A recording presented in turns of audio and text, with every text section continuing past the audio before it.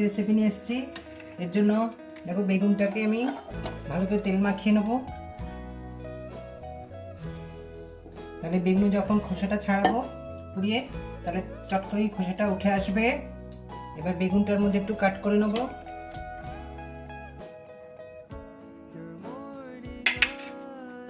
এর মধ্যে কাটের জায়গায় রসুন ঢুকিয়ে দেবো।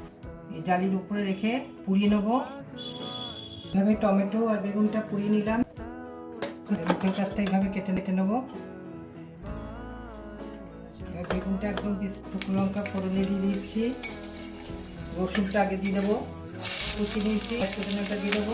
এবার কাঁচা লঙ্কা দিয়ে দিচ্ছি, কাশ্মীরি লঙ্কা গুঁড়ো দিয়ে দিচ্ছি, একটু হলুদ দিয়ে দিলাম, একটু ব্যালেন্সের জন্য মিষ্টি দিয়ে দিচ্ছি, টমেটোটা দিয়ে দিচ্ছি। এবার টমেটোটা দিয়ে দিচ্ছি, বেগুনটার মধ্যে মিশে দিচ্ছি।